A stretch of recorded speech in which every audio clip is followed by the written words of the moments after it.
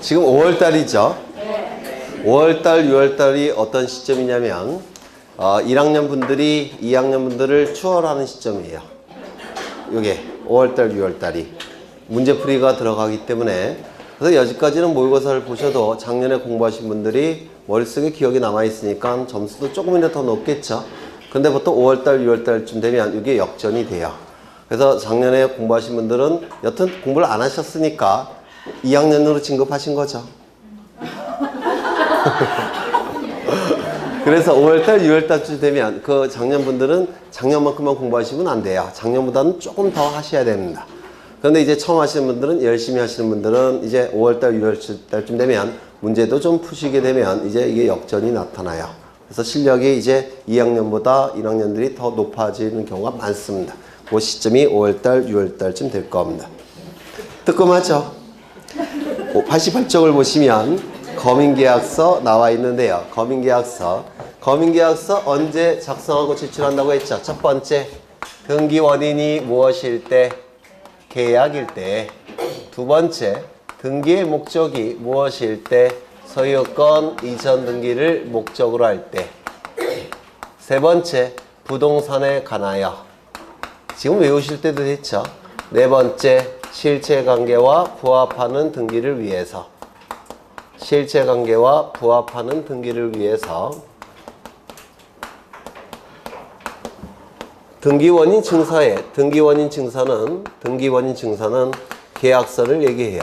등기원인 증서에 보통 계약서를 얘기하는데, 계약서에 관할관청에 사각형의 거민이라고 찍힌 직인을 찍는 겁니다. 이를 거민계약서라고 부르는데요. 등기원인이 계약이라고 한다면, 설령 등기원인 증서가 판결서일지라도, 등기원인이 계약이라고 한다면 등기원인 증서가 판결서일지라도 관할관청에 사각형 직인을 찍어야 됩니다. 그 이유는 이 거민을 찍을지 말지는 행정부의 고유한 판단 영역이에요.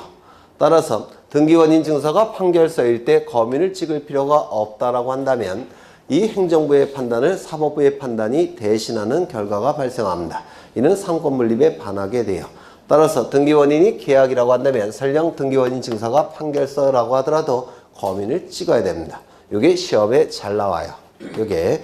그러면 이제 책을 통해서 확인을 할 텐데요. 그 전에 등기원인이 계약이 아니라고 한다면 거민계약서 제출할 필요가 있겠습니까? 없겠습니까? 없어요. 따라서 법률 규정에 의한 물건 취득이라든지 단독 행위를 통해서 물건을 취득할 때는 거민계약서 작성하지 않습니다. 계약일 때만 거민계약서 작성하는 겁니다. 소유권 이전 등기를 목적으로 등기를 신청할 때만 거민계약서를 작성해요. 따라서 소유권 이전 등기가 아닌 지상권 등기, 전세권 등기, 임차권 등기 또는 소유권 이전의 가등기를 신청할 때도 거민계약서 작성하지 않습니다. 소유권 이전 등기를 목적으로 할 때만 거민계약서를 작성합니다. 부동산일 때만 거민계약서를 작성하는 거니까 부동산이 아니라고 한다면 거민계약서 작성하지 않습니다. 예를 들어서 선박등기 또는 임목등기, 부부재산 약정등기 이러한 등기들은 거민계약서가 관계가 없습니다. 그 다음에 실체관계와 부합할 목적으로 거민계약서를 작성하기 때문에 강공수의 촉탁등기, 즉 당사자 일방이 국가나 지방자치단체라고 한다면 거짓의 등기를 신청할 가능성이 아예 없죠. 거민계약서 작성하지 않는다 이렇게 얘기를 할 겁니다. 그러면 책을 좀 보시면 요건이 나와 있는데요. 세 가지 다 나와 있는데 거기 이 거민계약서 작성의 요건에는 준공 여부 또는 등기부가 있는지 여부는 포함되어 있습니까? 포함되어 있지 않습니까? 포함되어 있죠. 따라서 준공 여부나 등기부가 존재한지 여부는 거민계약서 작성과는 관련이 없기 때문에 미등기 부동산도 저 네 가지 요건이 충족이 된다면 거민계약서 작성을 해야 됩니다. 또한 무허가 건물일지라도 저 네 가지 요건을 충족한다면 당연히 거민계약서 작성을 해야 돼요. 그래서 거기 1번에 보시면 무허가 건물, 미완성 건물도 거민계약서 작성을 하는 겁니다. 준공 여부, 등기 여부는 묻지 않습니다. 나머지 것들은 다 설명이 됐고요. 그 다음에 거민 신청 절차가 나와 있는데요. 거기 보시면 단 반드시 건물이 준공 또는 보존 등기된 이후에 거민을 받아야 되는 건 아니다 라고 돼 있죠. 준공 여부, 등기부 존재 여부는 거민의 요건이 되지 못합니다. 그 다음에 거기 2번을 보시면 거민 신청을 할 수 있는 자 나와 있죠. 계약의 당사자 중 1인, 그 위임을 받은 자, 계약서를 작성한 변호사, 법무사, 중개사가 아니라 중개업자입니다. 중개업자. 그리고 두 당사자가 모두 다 거민을 신청하는 건 아니고 당사자 중 한 사람이 신청한다고 돼 있죠. 그 다음에 3번 거기 계약서뿐만 아니라 뭐가 포함되어 있습니까? 판결서도 들어가 있죠. 그래서 등기원인이 계약이라고 한다면 설령 등기원 증서가 판결서일지라도 거민계약서 작성해서 제출해야 됩니다. 그 다음에 4번이 대단히 중요한데요. 첫째 줄 보시면 형식적 요건의 구비 여부만을 확인한다는 표현이 있습니까? 이거 꼭 기억해 두셔야 돼요. 거민을 관할관청이 거민을 찍을지 여부는 실질적으로 심사하지 않습니다. 첨부서면을 가지고 심사만 해요. 형식적 요건만을 심사한다는 거. 이거 꼭 기억해 두셔야 됩니다. 그 다음에 거민을 받아야 하는 경우, 거민을 받지 않는 경우가 나와 있는데 이거 다 외우셔야 되겠죠. 오른쪽을 위주로 보시면 돼요. 첫 번째, 국가나 지방자치단체가 일방 당사자라고 한다면 강공서 촉탁이죠. 그러면 구태여 거민계약서 작성할 필요가 있다 없다? 없다. 두 번째, 선박, 임목, 공장, 재단 등의 등이 이건 부동산 등기가 아니죠. 따라서 거민계약서 작성하지 않을 겁니다. 매매 예약 계약으로 인한 가등기, 소유권 이전 등기를 목적으로 할 때만 거민계약서 작성한다고 했죠. 가등기할 때는 거민계약서 작성하지 않습니다. 다만 본등기할 때는 작성해서 제출해야 되겠죠. 그 다음에 매매 계약 해제 증서. 여기서 해제라는 단어가 나오는데 해제는 계약인가요? 아닌가요? 계약이에요. 아니겠죠. 단독행위 아닙니까? 해제해지는. 따라서 거민계약서 작성하지 않을 겁니다. 토지 수용의 경우 재결서 또는 협의 성립 확인서. 이거는 재결 수용이죠. 수용입니다. 수용. 수용이니까 당연히 거민계약서 작성하지 않을 겁니다. 그 다음에 6번째 보시면 등기원인이 계약이 아닌 경매, 공매, 상소, 취득시효. 이거 거민계약서 작성할까요? 안 할까요? 안 하겠죠. 오른쪽을 보시면 지상권 등기, 소유권 이전 등기가 아니죠. 거민계약서 작성하지 않을 겁니다. 토지거래 허가지역에서 허가증을 교부받은 경우 이게 시험에 자주 나오는데요. 토지거래 허가권자와 거민권자가 일치합니다. 따라서 허가 여부를 결정할 때 거민 여부도 같이 판단해서 허가서가 나옵니다. 그래서 허가서가 있다면 거민계약서 따로 작성할 필요가 없다는 겁니다. 이거 좀 기억해 두셔야 되고요. 진정 명예회복을 위한 소유권 이전 등기, 이건 등기원인이 계약일까요? 아닐까요? 민법에서 하셨죠? 진정 명예회복을 위한 소유권 이전 등기는 187조의 상소, 공용징수, 판결, 경매, 그리고 뭘까요? 기타에 해당되는 부분이에요. 진정 명예회복을 위한 소유권 이전 등기 설명 안 드려도 될까요? 네. 뒤에 나와요. 뒤에 나올 때 설명을 하겠습니다. 네. 그 다음에 토지거래 허가서 또는 허가정보가 나와 있는데요. 그러니까 이런 거 표를 외우시는 게 아니라 이걸 외우셔서 갖고 대입하시는 거예요. 출제가 됐을 때 요 네 가지를 대입해 봐서 허가서 작성한, 아니, 거민계약서 작성하느냐 여부를 판단하는 겁니다. 표를 외울 수는 없죠. 너무 많으니까. 그래서 요 네 가지를 외우시는 겁니다. 그 다음에 토지거래 허가서가 나와 있는데요. 이것도 요건이 있죠. 요건이 뭐죠? 첫 번째 유상일 것. 두 번째 뭐죠? 계약이나 예약일 것. 양심이 있으면 지금쯤 외워야 되겠죠. 이거 도대체 몇 번째 하는지 모르겠습니다. 네. 세 번째는 뭐죠? 소유권에 관한 등기이거나 지상권에 관한 등기를 신청할 것. 여기서 예약은 요 예자가 미리 예자고 약은 계약이라는 뜻인데요. 요 미리 체결한 계약을 예약이라고 불러요. 혹시 가등기할 때 순위 보존의 필요성 세 가지 혹시 기억나십니까? 가등기 요건 중에서 순위 보존의 필요성. 첫 번째, 권리의 설정, 이전, 변경, 소멸의 청구권은 순위 보존의 필요성이 인정이 된다고 했죠. 두 번째는 뭐죠? 두 번째, 시기부, 정지조건부, 청구권도 순위 보존의 필요성이 인정돼서 가등기할 수 있다고 했죠. 세 번째 뭐죠? 장래 확정될 청구권. 맞습니까? 보통 예약이 체결되면 장래 소유권 이전 등기 청구권이 발생하죠. 맞아요. 그래서 이 예약은 그 세 번째에 해당되는 거예요. 장래 확정될 청구권. 예약은. 그래서 이 예약이 체결되면 보통 가등기를 하게 돼요. 그래서 예약을 제가 계약과 달리 별도로 언급한 이유는 가등기를 포함시키기 위해서 이 예약을 별도로 언급한 겁니다. 그래서 소유권에 관한 등기 신청 또는 소유권 이전의 가등기 신청도 허가서 첨부해야 된다는 거예요. 지상권 등기 신청뿐만 아니라 지상권 등기에 가등기 신청할 때도 토지거래 허가서 첨부해야 된다는 겁니다. 이 세 가지 요건이 충족이 될 때는 토지거래 허가서를 첨부하는데 하나를 더 기억하셔야 된다고 했죠. 여기는 토지거래 허가구역으로 지정된 시점이고 여기는 토지거래 허가구역에서 해제된 시점입니다. 그러면 토지거래 허가구역일 때는 요 시점부터 요 시점이라고 했죠. 이때 계약을 체결할 때도 토지거래 허가구역이어야 되고 등기를 신청할 때도 토지거래 허가구역이어야 됩니다. 그래서 계약을 체결할 때도 토지거래 허가구역이어야 되고 등기를 신청할 때도 토지거래 허가구역일 때 이때만 토지거래 허가서를 첨부하는 겁니다. 그렇다면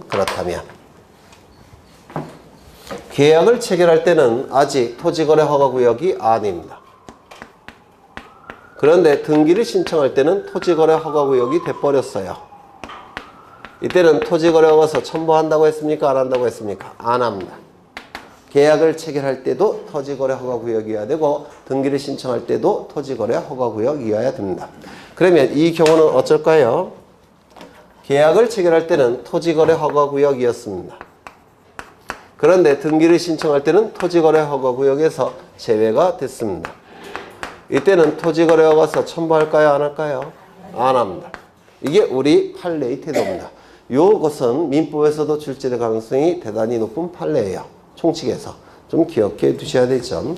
그러면 이제 이 정도 보셨으면 될 텐데 거기 보시면 책을 보시면 2번을 보시죠. 허가구역이 지정된 후에 체결된 거래계약 이야기 하남 이렇게 나와 있죠. 그래서 계약을 체결할 때도 토지거래 허가구역이어야 되고 등기를 신청할 때도 동시에 토지거래 허가구역이어야지만 이때 허가서를 첨부하는 겁니다. 가로를 보니까 계약 체결 일자는 지정 이전, 등기 신청은 지정 이후라고 한다면 허가 대상이다 아니다? 아니다. 그렇죠. 그 다음에 3번을 보시면 토지거래 허가구역 내의 토지에 대해서 매매계약을 체결했는데 허가구역 지정 해제 후에 등기를 신청했다면 허가서 첨부한다 안 한다? 안 한다. 좀 기억해 두셔야 될 대단히 중요한 판례가 될 테고요. 그 다음에 토지거래 허가를 유하지 않는 경우 나와 있는데 이것도 표를 외우시는 게 아니라 이걸 외우시는 거예요. 유상이 아니라고 한다면 토지거래 허가서 첨부하겠습니까? 아니겠죠. 무상일 때는 토지거래 허가서를 첨부하지 않습니다. 계약이나 예약일 때만 토지거래 허가서를 첨부해요. 그러면 법률 규정이나 또는 단독행위일 때 토지거래 허가서 첨부하겠습니까? 안 할 겁니다. 소유권 등기, 가등기, 지상권 등기, 가등기 신청할 때만 토지거래 허가서 첨부합니다. 임차권 등기, 전세권 등기, 이러한 등기 신청할 때는 토지거래 허가서 첨부하지 않습니다. 그러면 그 표를 보시는데 1번 토지에 대한 무상의 증여계약, 지료의 지급이 없는 지상권 설정계약 전부 다 무상이죠. 토지거래 허가서 첨부하지 않습니다. 2번 토지에 대한 명의신탁의 해지, 그 다음에 신탁. 먼저 명의신탁의 해지는 계약이나 예약일까요? 아닐까요? 아니죠. 단독행위죠. 단독행위일 때는 토지거래 허가서 첨부하지 않습니다. 신탁법상의 신탁은 계약 맞아요. 신탁계약인데 이는 무상이 원칙입니다. 신탁계약은 무상이에요. 원칙이 토지거래 허가서 첨부할까요? 안 할까요? 안 할 겁니다. 전세권, 임차권, 저당권 등기 신청할 때 토지거래 허가서 첨부하겠습니까? 안 하겠죠. 경매에 의한 토지취득, 매매도 아니고 예약도 아니죠. 법률 규정에 의한 토지취득이죠. 허가서 첨부하지 않습니다. 계약이 아닌 경우 상속은 법률 규정이죠. 유증은 아까 말씀을 드렸는데 뭡니까? 유언과 증여의 합성행위인데 유언의 포인트가 있기 때문에 뭐라고 그랬죠? 단독행위입니다. 유증은 단독행위예요. 따라서 토지거래 허가서 첨부하지 않을 테고요. 진정명의회복 법률 규정입니다. 187쪽에 상속, 공영징수, 판결, 경매, 기타 그 중에서 기타에 해당이 돼요. 진정명의회복을 위한 소유권 이전 등기는 계약이 아닙니다. 그 다음에 취득시효 법률 규정이죠. 맞아요. 네, 토지거래 허가서 첨부하지 않습니다. 6번을 보시면 공유지분 포기로 인한 다른 공유자 앞으로의 소유권 이전 등기. 공유지분 포기는 뭐죠? 단독행위입니다. 따라서 계약이 아니에요. 토지거래허가서 첨부하지 않습니다. 그 다음에 공유지분 포기니까 무상이겠죠? 그렇죠. 유상도 아닙니다. 이혼을 하면서 특정 재산을 이전하는 계약. 이거는 이혼해 보시면 쉽게 알 수 있는데 원래 부부재산은 공유죠. 요즘은 부부재산을 제가 대학 다닐 때는 남자들이 60%, 여자들이 40%, 이 정도 받았는데 요즘은 똑같이 50%예요. 그래서 지금 똑같이 50%인데 공유 형태로 부부재산을 갖고 있다가 이혼을 하면 어떻게 되죠? 현물로 나눠 가지는 거예요. 이게 부부재산 이게 분할이. 그러면 이거는 유상일까요? 무상일까요? 이혼할 때 너는 뭐 아파트 갖고 나는 차를 갖겠다 이렇게 나눠 갖지 않습니까? 그렇죠. 그러면 그거는 돈 받고 사는 겁니까? 아니죠. 그렇죠. 지분 형태로 가지고 있다가 현물로 그냥 가져가는 거예요. 유상이 아닙니다. 따라서 이건 토지거래허가서 첨부하지 않겠죠. 이혼을 하면서 특정 재산을 이전하는 계약은 무상입니다. 무상이니까 토지거래허가서 첨부하지 않을 겁니다. 이혼 당사자 사이의 재산 분할 마찬가지겠죠. 네, 무상입니다. 토지거래허가서 첨부하지 않아요. 이혼해보면 금방 아실 텐데. 가등기 시 토지거래 허가를 받은 경우에 본등기. 여기 보시면 가등기 신청할 때도 토지거래 허가서 첨부한다고 했죠. 그럼 본등기 할 때 또 첨부할 필요가 있습니까? 없습니까? 없겠죠. 그런데 여기서 조심하셔야 될 것은 이 가등기는 소유권에 관한 가등기, 지상권에 관한 가등기만 얘기하는 겁니다. 맞죠? 네. 다른 전세권에 관한 가등기, 임차권에 관한 가등기 이러한 등기 신청할 때는 처음부터 토지거래허가서 첨부하지 않습니다. 토지거래허가구역으로 지정되기 전에 계약을 체결했다면 토지거래허가서 첨부합니까? 안 하겠죠. 등기 신청 이전에 토지거래허가구역에서 해제가 됐다면 토지거래허가서 첨부하지 않겠죠. 그렇죠. 그래서 이런 것들도 외우는 게 아니라 이걸 외우신 다음에 대입해서 골라내시는 거예요. 넘기겠습니다. 인감증명이 나오는데 올해 인감증명이 출제될 가능성이 대단히 높다고 보여지는데요. 거기 책을 읽으시면서 그 내용에서 제가 예를 들어서 90쪽 맨 밑에 보시면 개정 2018년 8월 30일 이란 표현이 있습니까? 네, 이런 문구가 있으면 그 부분은 다 외우셔야 돼요. 이게 작년에 개정이 됐기 때문에 작년에 8월 30일 날 개정이 됐으니까 10월달 시험에 반영하기는 힘들어요. 하지만 올해는 반영될 수 있겠죠. 그래서 여기 개정상 2018년 8월 31일이라는 문구가 나오면 무조건 외우셔야 됩니다. 이게 외우는 게 만만치 않을 겁니다. 아마. 그래서 이거 좀 꼭 기억해 두셔야 되고요. 그러면 이제 인감증명을 하나씩 보실 텐데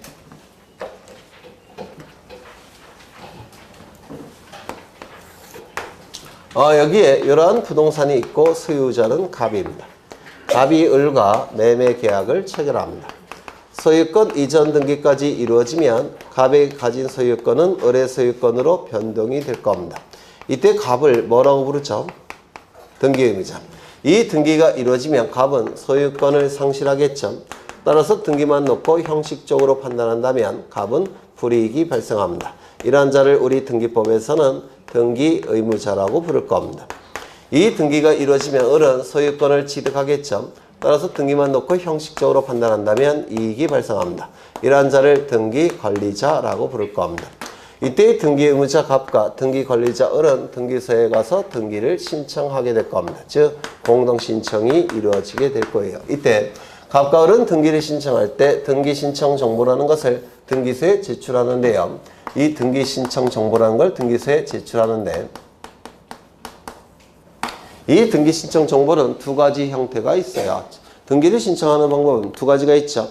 방문신청, 전자신청. 방문신청할 때는 이 신청 정보를 프린트로 출력한 다음에 종이 형태로 만들어서 등기소에 방문해서 제출하는 겁니다. 전자신청은 모니터에 띄운 다음에 키보드를 통해서 입력한 다음에 엔터키 쳐서 인터넷을 통해서 등기를 신청하는 겁니다. 그런데 이때 이 신청 정보가 종이 형태일 때, 즉 방문신청을 얘기하는 겁니다. 방문신청일 때 이 신청 정보에는 등기 의무자를 기록하는 칸이 있고 등기 관리자를 기록하는 칸도 있죠. 등기 의무자는 누굽니까? 갑. 등기 관리자는 을이 되겠죠. 여기 도장이 찍힐 테고 도장이 찍힐 겁니다. 이때 요 등기의무자 요 갑의 도장이 진짜 갑의 도장인지를 확인할 수 있는 증명서류, 이를 인감증명이라고 부릅니다. 등기의무자가 찍은 요 도장이 진짜 등기의무자 갑의 도장인지를 등기관이 확인을 해야 됩니다. 이걸 확인할 수 있는 서류가 인감증명인데요. 요 인자, 요 도장이, 요 감자는 살필 감자예요. 살핀다, 조사한다 이라는 뜻입니다. 이거 외우느라고 힘들었어요 오늘. 그래서 신청정보에 찍혀있는 등기의무자의 도장이 진짜 등기의무자 갑의 도장인지를 살필 수 있는 증명서류, 인감증명, 인감증명이라고 부릅니다. 그래서 이 인감증명은 등기의무자가 첨부를 하는 거예요. 왜냐하면 이 등기를 통해서 갑은 소유권을 상실하죠. 불이익이 발생하죠. 그러면 소유권을 상실하는 자니까 진짜 갑이 넘기는 것인지 등기관이 확인할 필요가 있습니다. 그래서 이 인감증명은 등기의무자가 첨부하는 겁니다. 그러면 등기권리자는 이거 인감증명 첨부할 필요가 있을까요? 없을까요? 없어요. 왜요?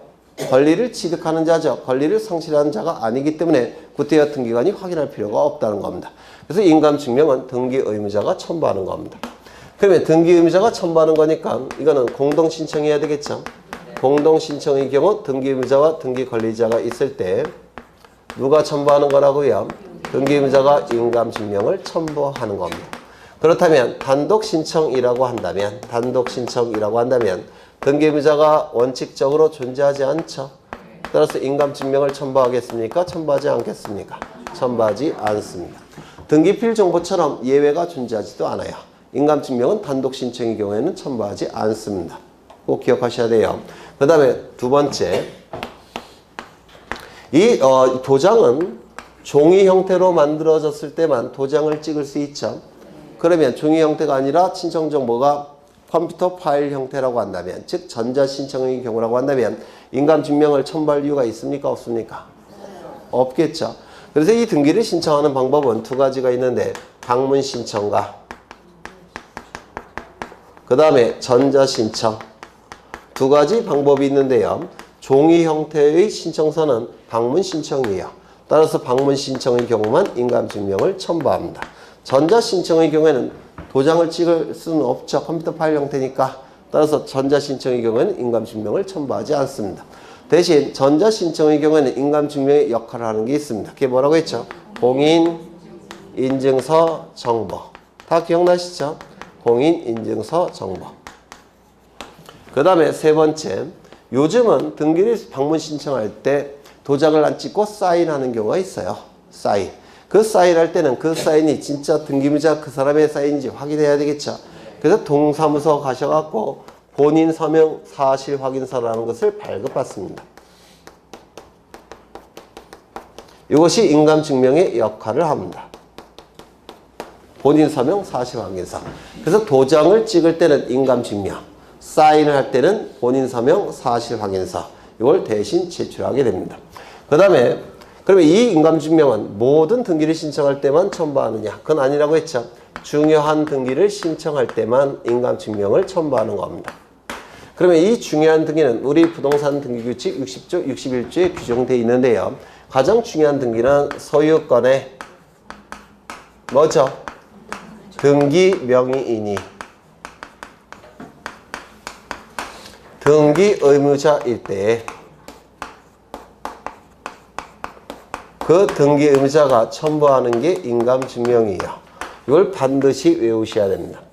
소유권의 등기 명의인이 등기 의무자일 때 등기 의무자가 인감증명을 첨부하는 겁니다.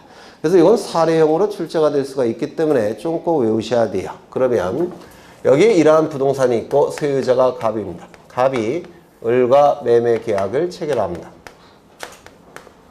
소유권 이전 등기까지 이루어지면 갑이 가진 소유권은 을의 소유권으로 변동이 되겠죠.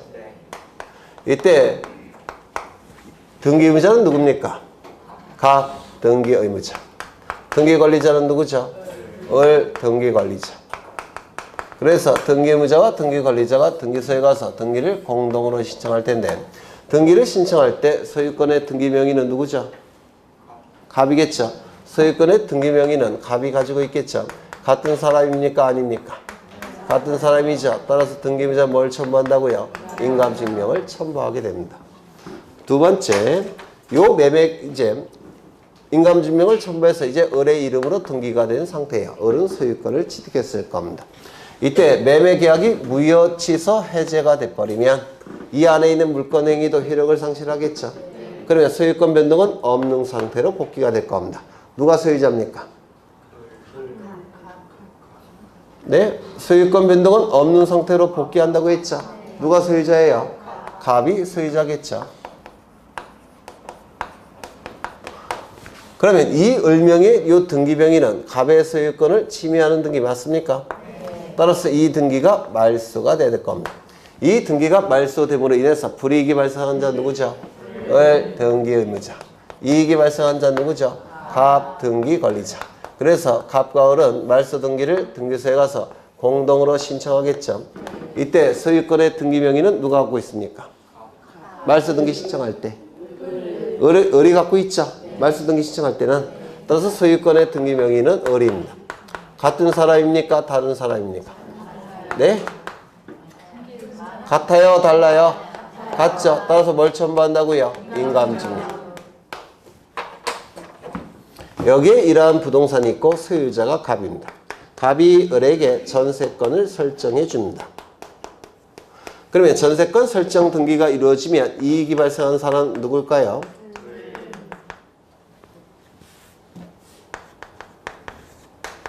을이겠죠. 따라서 을은 등기 권리자. 불이익이 발생한 자는 누굴까요? 갑 등기 의무자. 그래서 등기소에 가서 등기를 공동으로 신청하게 될 겁니다. 이때 등기를 신청할 때 소유권의 등기 명의는 누굴까요? 네? 갑이죠. 소유권의 등기 명의. 같은 사람입니까? 다른 사람입니까? 달라요. 같은 사람이죠. 따라서 등기문제 뭘 첨부한다고요? 인감증명. 을은 돈이 필요합니다. 그래서 병에게 돈을 빌리고 저당권을 설정하고자 합니다. 그러면 저당권 설정 등기가 이루어질 텐데 이거를 전세권부 저당권 설정 등기라고 부르죠. 전세권부 저당권 설정 등기가 이루어짐으로 인해서 이익이 발생한 자는 누굽니까? 병 맞아요. 등기 권리자. 불이익이 발생한 자는 누굴까요? 을 등기 의무자. 소유권의 등기 명의는 누굽니까? 소유권의 등기 명의는 갑이 가지고 있죠. 같은 사람입니까? 다른 사람입니까? 인감증명 첨부할까요? 이런 식으로 이게 출제가 돼요. 하나 더 보죠. 이 병은 1억의 채권이 발생을 했고요. 그 다음에 저당권 설정 등기가 이루어져서 저당권도 취득했겠죠. 그러면 이제 요 피담보 채권이 변제가 됩니다. 그러면 소멸되겠죠. 그럼 부정성에 의해서 저당권도 소멸이 될 겁니다. 따라서 이 등기는 말소돼야 되겠죠. 이 등기가 말소됨으로 인해서 불이익이 발생한 자는 누굽니까? 병 등기 의무자. 이익이 발생한 자는 누굽니까? 을 등기 권리자. 이때 등기를 공동으로 말소 등기를 신청하러 갈 때 소유권의 등기 명의는 누가 갖고 있습니까? 갑 소유권의 등기 명의. 일치합니까? 일치하지 않습니까? 일치하지 않죠. 따라서 인감증명 첨부한다 안 한다? 안 한다. 이런 식으로 사례형으로 출제가 될 겁니다. 그래서 이걸 꼭 외워두셔야 돼요.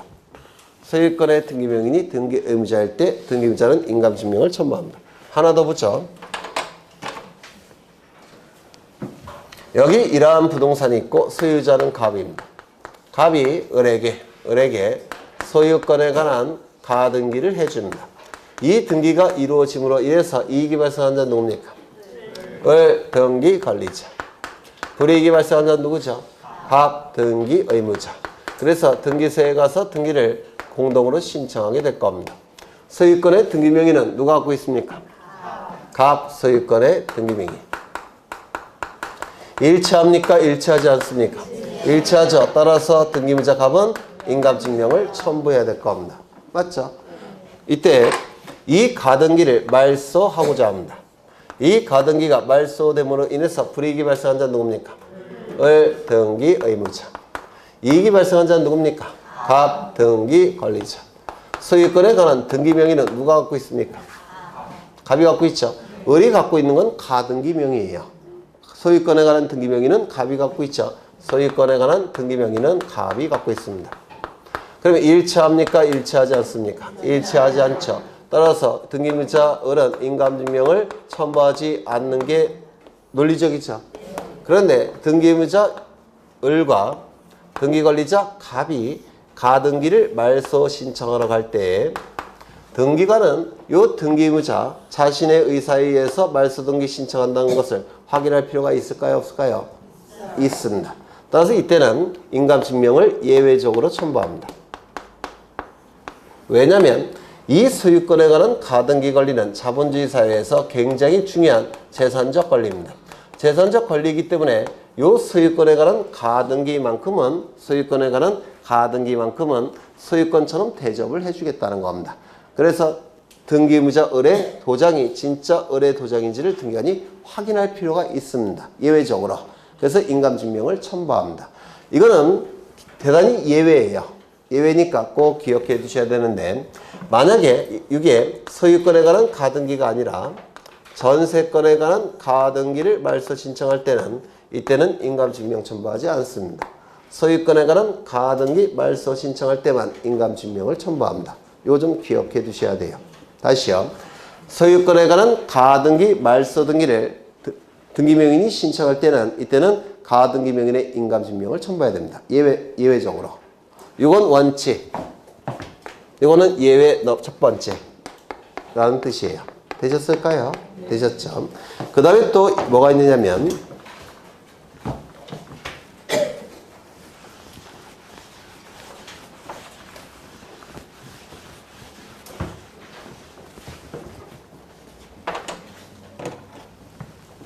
여기 이러한 부동산이 있고 소유자는 갑입니다. 갑이 을과 매매 계약을 체결합니다.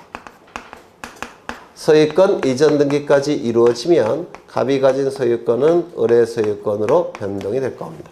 되셨을까요? 소유권을 하지 말고 다른 걸로 하겠습니다. 여기 이러한 부동산이 있고 소유자가 갑입니다. 갑이 을에게 전세권을 설정해 줍니다. 그럼 을은 전세권 설정 등기를 할 테고 전세권을 취득하게 될 겁니다. 되셨을까요? 그렇죠. 그러면 이제 요 을은 병으로부터 돈을 빌립니다. 얼마를 빌리느냐면 1억 원을 빌립니다. 그냥 안 빌려주겠죠. 담보를 요구할 겁니다. 그래서 저당권을 설정하게 될 겁니다. 그러면 이 저당권 설정 등기가 이루어짐으로 인해서 이익이 발생한 자는 누굽니까? 병, 등기, 권리자. 불이익이 발생한 자는 누구죠? 을, 등기, 의무자. 그래서 등기의무자 을과 등기 권리자 병이 등기소에 가서 등기를 공동으로 신청하게 될 겁니다. 이때 등기 의무자 을은 등기를 신청할 때 자신에게 전세권이 있다는 사실을 등기관에게 확인시켜야 되죠. 따라서 뭘 첨부해야 될까요? 네? 인감증명 첨부할까요? 그러면 소유권의 등기명의는 누굽니까? 갑이죠. 소유권의 등기명의인. 따라서 이 같은 사람입니까? 다른 사람입니까? 다른 사람이죠. 따라서 이 등기부자는 인감증명을 첨부할 필요가 있다 없다? 없습니다. 되셨죠? 그럼 인감증명 말고 뭐 첨부할 거 없을까요?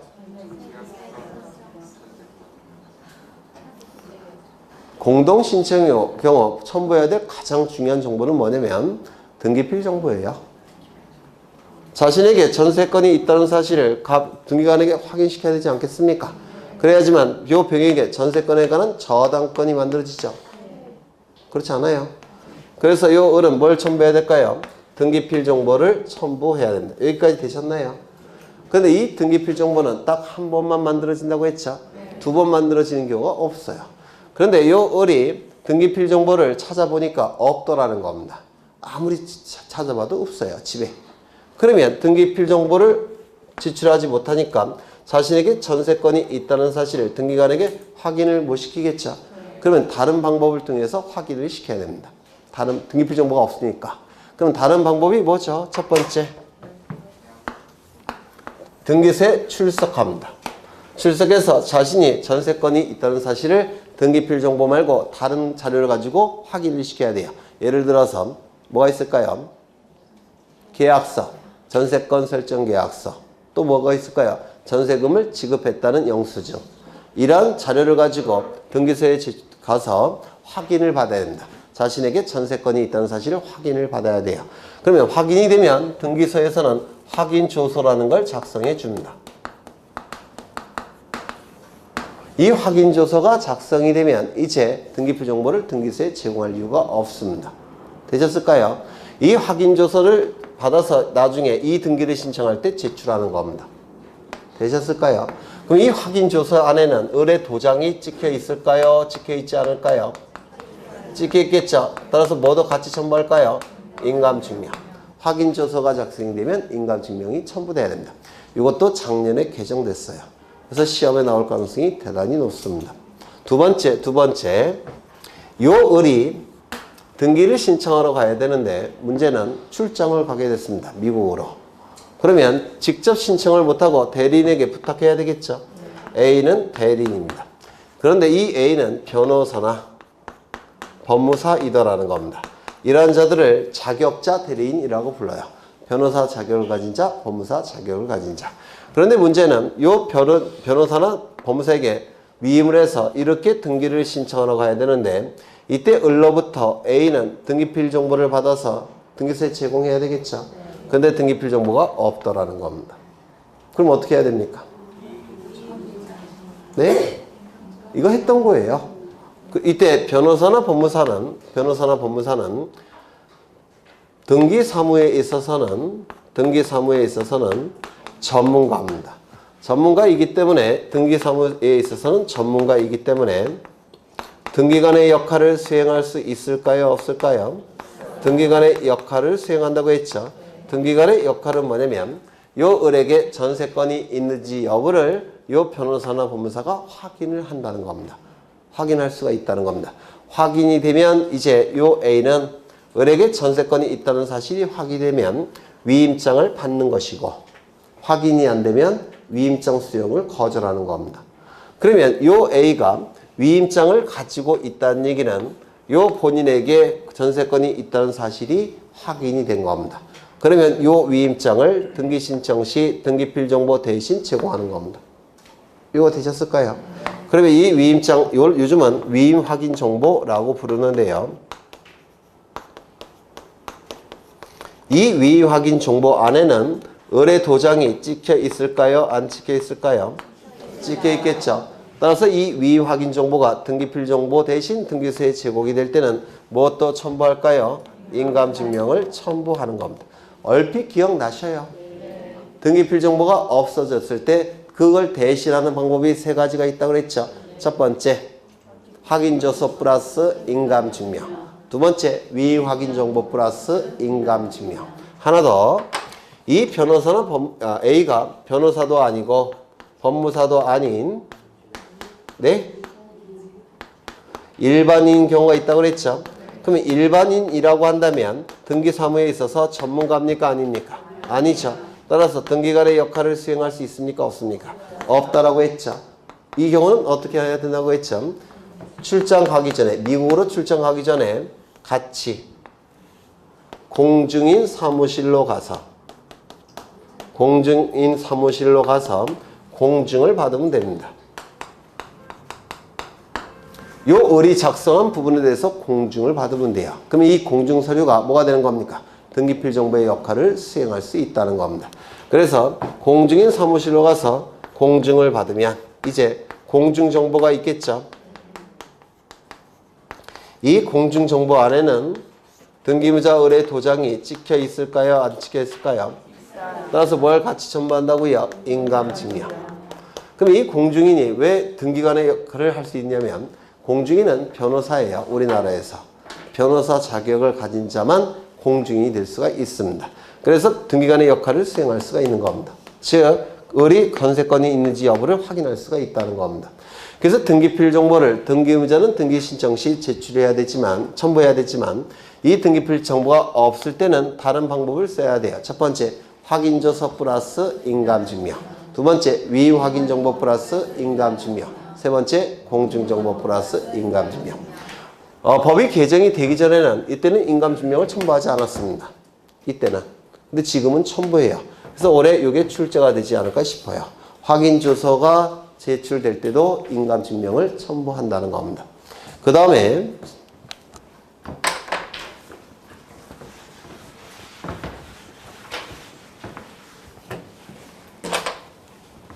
시간이 이렇게 흘러가고 있는데 이것도 했던 거예요.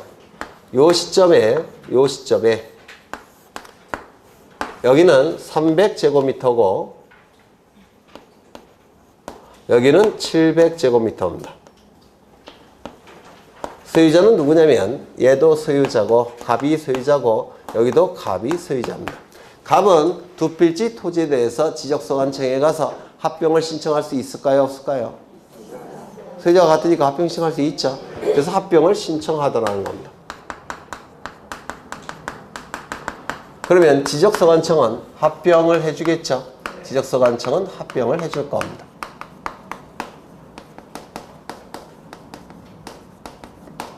그러면 이제 지적공부에서는 이제 한 필지로 바뀌었을 겁니다. 그럼 한 필지가 완성이 된 겁니까?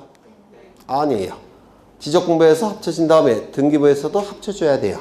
그래야지만 한 필지가 완성이 되는 겁니다. 이거 이해가 되실까요? 지적공부에서 합병이 되고 등기부에서도 합필 등기가 돼야지만 한 필지가 완성이 되는 겁니다. 그런데 지적공부에서 합쳐지는 시점과 합필 등기를 신청하는 시점은 시간적인 갭이 존재하죠. 이건 지적소관청에게 신청하는 것이고 이건 등기소에 신청하는 겁니다. 시간적인 갭이 존재해요. 그런데 중간에 이쪽은 100번지고 이쪽은 101번지인데 둘 다 갑소유라고 했죠. 갑이 요 시점에 을에게 소유권 이전 등기를 해주더라는 겁니다. 을에게. 아직은 등기부가 합쳐지진 않았죠. 합쳐지지 않은 상태니까 101번지 토지 등기부가 아직도 있는 상태예요. 101번지 토지 등기부가 있으니까 갑은 을에게 소유권 이전 등기를 해줬다는 겁니다. 그러면 합필 등기를 신청하는 시점에는 소유자가 같아요? 달라요? 여기는 갑 소유고 여기는 누구 소유가 돼버립니까? 을 소유가 돼버리죠. 그러면 이때 합필 등기를 신청할 수 있느냐? 이게 문제가 된 상황입니다. 그래서 합필이 될까요? 안 될까요? 네? 왜? 소유자가 다르니까. 맞아요? 된다고 했는데 3번이나 단 조건이 있다고 그랬죠. 조건이 뭘까요? 합병 처분 이후 합필 등기 신청 이전에 소유자가 달라진 경우에 한해서 합필을 허용합니다. 다시요. 소유자가 다르다면 당연히 합필 등기 안 되는 게 원칙이에요. 다만 예외적으로 합병 처분 이후 합필 등기 신청 이전에 소유자가 달라진 경우에 한해서 합필 등기가 허용이 됩니다. 어떻게 합필 등기를 허용한다고 했을까요? 갑 10분의 3, 을 10분의 7 이렇게 공유로 하는 합필 등기를 허용한다고 했습니다. 조건이 뭐라고요? 합병 처분 이후 합필 등기 신청 이전에 소유자가 달라진 경우에 한해서 합필 등기를 허용합니다. 얼핏 기억나실까요? 그러면 이렇게 소유하는 것과 이렇게 소유하는 것은 갑과 을에게 어느 게 더 불리하고 유리할까요? 이게 유리하고 이게 불리한 거예요. 왜냐면 이렇게 소유하면 자유롭게 처분할 수도 있고 대금을 다 받을 수가 있습니다. 그런데 이렇게 소유하게 되면 이거 자유롭게 처분하는 게 쉽지 않아요. 살 사람이 많지 않을 겁니다. 그렇겠죠? 또한 대금도 아마 많이 못 받을 겁니다. 이게 훨씬 불리한 거예요. 그렇다면 합필 등기를 신청할 때 갑과 을의 확인서를 첨부할 필요가 있을까요? 없을까요? 있겠죠. 이 확인서 안에는 갑과 을의 도장이 찍혀 있을까요? 안 찍혀 있을까요? 찍혀 있겠죠. 따라서 뭘 첨부할까요? 인감증명. 이거 좀 기억해 두셔야 돼요. 다시요. 합병 처분 이후 합필 등기 신청 이전에 소유자가 달라진 경우에 한해서 공유로 하는 합필 등기를 허용하는데 이때 합필 등기를 신청하는 공유자는 뭘 같이 첨부한다고요? 확인서를 제출하면서 인감증명도 첨부해야 되더라는 겁니다. 이제는 좀 기억날 때도 됐는데 네. 하나만 더 보시면 돼요.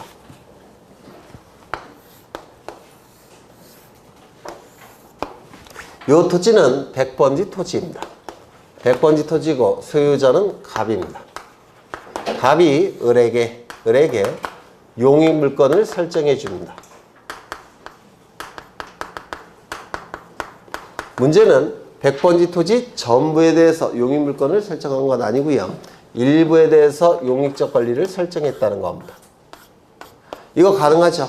임차권 등이나 용익적 권리는 부동산 일부에도 존재할 수 있죠. 그렇죠. 그런데 이때 갑이 이 100번지 토지를 분필 등기를 신청하고자 합니다. 이렇게 쪼개고자 한다는 겁니다. 즉 100번지와 100의 1번지로 나누고자 합니다. 분필 등기를 신청하고자 해요. 그럼 분필 등기를 신청할 때는 분필 등기 신청 정보를 등기소에 제공해야 되겠죠. 분필 등기 신청서를 등기소에 제공해야 되겠죠. 그러면 이제 100번지 토지가 둘로 나누게 될 겁니다. 100번지와 100의 1번지로. 여기까지 되셨습니까? 그러면 분필등기 신청 정보에는 을의 요 지상권이, 을의 용익권이 어느 쪽 등기부에 기록이 돼야 될지를 여기다가 표기를 해야 돼요. 왜냐면 지금 100번지 한 필지 토지가 두 필지로 나눠졌죠. 그럼 두 필지로 나눠지면 등기부도 따로 존재하겠죠. 등기부가 따로 존재하니까 을의 지상권이 어느 쪽 등기부에 기록되어야 하는지 여기 신청 정보에 표시를 해줘야 돼요. 이거 이해가 되십니까? 그러면 요 을의 지상권은 100의 1번지 토지 등기부에 기록돼야 되겠죠. 그러면 갑은 등기를 신청할 때 100번지 토지 등기부에 을의 용익권이 존재한다는 사실을 신청 정보에 표기를 해줘야 됩니다. 여기까지 이해가 되십니까? 등기부가 나눠지니까 이때 여기가 도로로 이렇게 나 있다면 요 갑의 입장에서는 을의 지상권은 요쪽에 있다라고 거짓으로 신청할 가능성이 있겠습니까? 있겠죠. 이쪽은 비싼 땅이니까. 그럴 가능성이 있기 때문에 이때 요 을에 확인서가 첨부돼야 됩니다. 분필 등기를 신청할 때는. 요거 이해가 되실까요? 그럼 이 확인서 아래는 을의 도장이 찍혀 있을까요? 안 찍혀 있을까요? 찍혀 있겠죠. 따라서 뭘 첨부할까요? 인감증명을 첨부하는 겁니다. 여기까지 보시면 인감증명 첨부하는 대부분을 다 보신 거예요. 책을 통해서 확인해 보면 인감증명 나와 있고요. 거기 용도가 있는데 인감증명은 두 가지 종류가 있습니다. 첫 번째 부동산 매도용 인감증명이라는 게 있고요.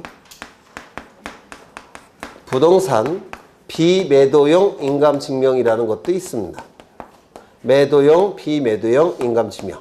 두 가지밖에 없어요. 인감증명은. 매도용 인감증명, 비매도용 인감증명. 여기서 매는 매매라는 뜻입니다. 그리고 이 도자는 넘길 도자인데요. 매매를 통해서 넘어가는 권리는 뭘까요? 어려우셔요. 매매를 통해서 넘어가는 권리는 뭐예요? 소유권이죠. 그럼 이 돈은 무슨 등기를 얘기하겠습니까? 네, 소유권 이전 등기를 의미하는 겁니다. 그러면 부동산 매도용 인감증명은 등기원인이 매매고 등기의 목적이 소유권 이전 등기를 목적으로 할 때 제출하는 인감증명이에요. 맞아요.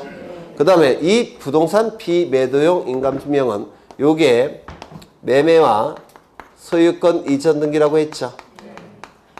그런데 여기 B라는 표현이 있으니까 이거가 아닐 때 제출하는 인감증명입니다. 맞아요. 그럼 어느 것이 비중이 있는 겁니까? 이게 훨씬 비중이 있죠. 그러면 매도용을 비매도용으로 전용할 수 있다 없다? 있다. 그렇죠. 비매도용을 매도용으로 전용할 수 있다 없다? 없다. 이게 판례입니다.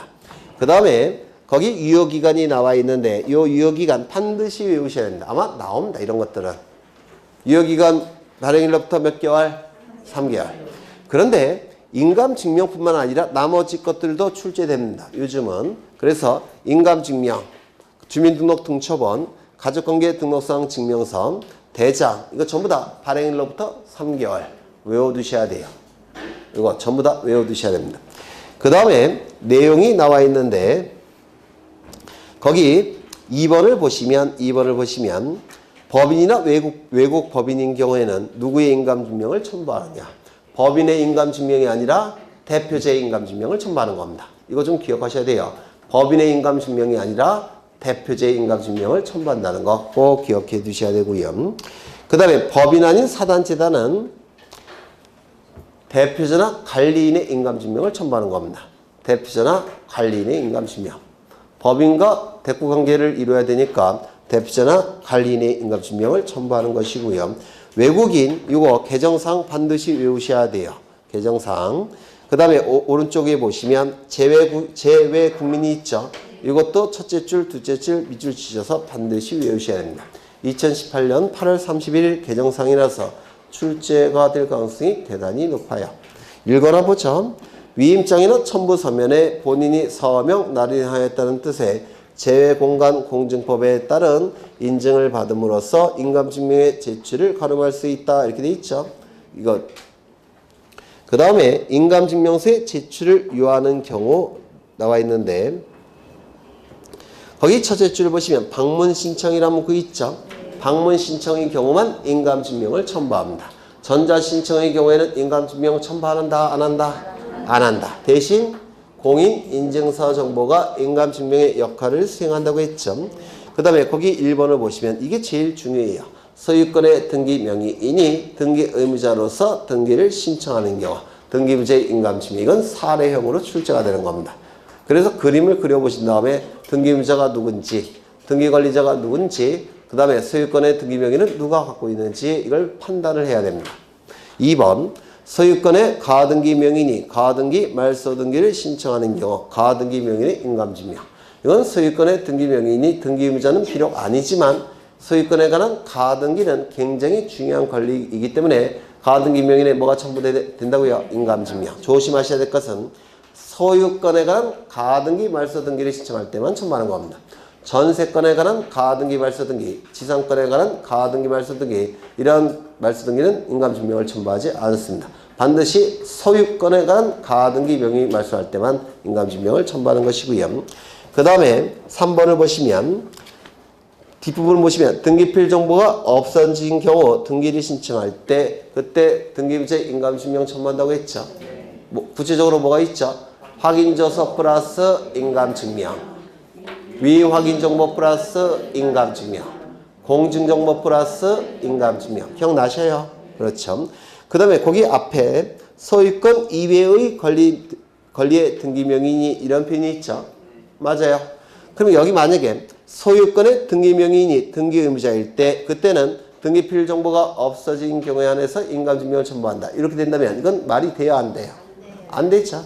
왜냐하면 소유권의 등기명의인이 등기의무자일 때는 무조건 인감증명 첨부하는 겁니다. 등기필 정보가 있건 없건. 맞아요? 안 맞아요? 맞죠?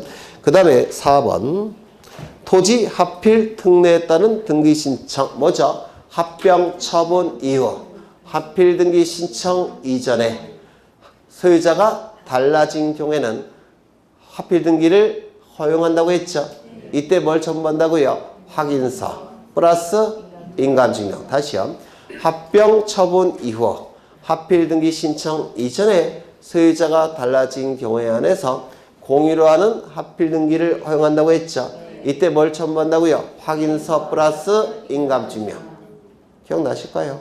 그 다음에 5번 분필 등기 신청에 따라 권리자의 확인서를 첨부하여 토지 분필 등기를 신청하는 경우 권리자의 인감증명. 이거 부동산 일부에 대해서 용의권이 설정이 됐을 때 분필 등기 신청하는 경우에는 그 용의권자의 뭐가 필요하다고요? 확인서 플러스 인감증명. 다시요. 분필 등기 신청 시 부동산 토지 일부에 대한 용의권자가 존재할 때는 그 용의권자의 확인서 플러스 인감증명. 그렇죠. 그 다음에 6번. 이거 아까 보셨죠? 상속재산 분할협의서가 등기소에 제공이 되면 상속재산 분할협의서에 찍혀있는 상속인들의 도장을 등기관이 확인해야 되죠. 따라서 뭘 첨부한다고요? 인감증명. 그 다음에 7번을 보시면 제3자의 동의 승낙을 증명한 정보를 등기소에 제공한다면 그때 그 동의 승낙 허가서에는 도장이 찍혀 있을까요? 안 찍혀 있을까요? 찍혀 있겠죠. 따라서 뭘 첨부한다고요? 인감증명. 기억나실 수 있을까요? 네? 이거 출제가 되면 아주 어려운 문제로 출제가 되는 겁니다. 이게 출제가 되면. 그 다음에 기타가 나와 있는데, 기타, 거기 2018년 8월 30일이 있죠? 네. 거기 보시면, 1부터 3까지, 그리고 6번에 따라 인감증명을 제출해야 하는 자가 다른 사람에게 권리의 처분 권한을 수여하는 경우 대리인의 인감증명을 함께 제출해야 된다라고 되어 있는데 이게 신설된 겁니다. 대단히 중요합니다. 제가 볼 때는 올해 무조건 나옵니다. 예전에 대리인이 등기를 신청할 때는 본인의 인감증명을 첨부했습니다. 예전에는 본인의 인감증명을 첨부하는 거죠. 그렇죠. 그런데 대리인에 의해서 등기를 신청할 때 이 조문을 신설해서 본인의 인감증명도 첨부해야 되고 대리인의 인감증명도 같이 첨부하라는 겁니다. 이게 대단히 중요하다고 보여져요. 올해 아마 나오지 않을까 싶습니다. 기억하셔야 되고요. 그 다음에 2번 인감증명을 제출해야 하는 자가 국가 또는 지방자치단체라고 한다면 이 관공서라고 한다면 인감증명 첨부할까요? 안 할까요? 안 하죠. 관공서가 등기의무자로서 등기를 취득할 때 관공서는 거짓의 등기를 신청하는 경우가 없다라고 봅니다. 따라서 인감증명 첨부하지 않는다는 것. 그 다음에 4번을 보시면 법정 대리인이 등기를 신청할 때는 그때는 법정 대리인의 인감증명을 첨부하는 것이죠. 그렇죠.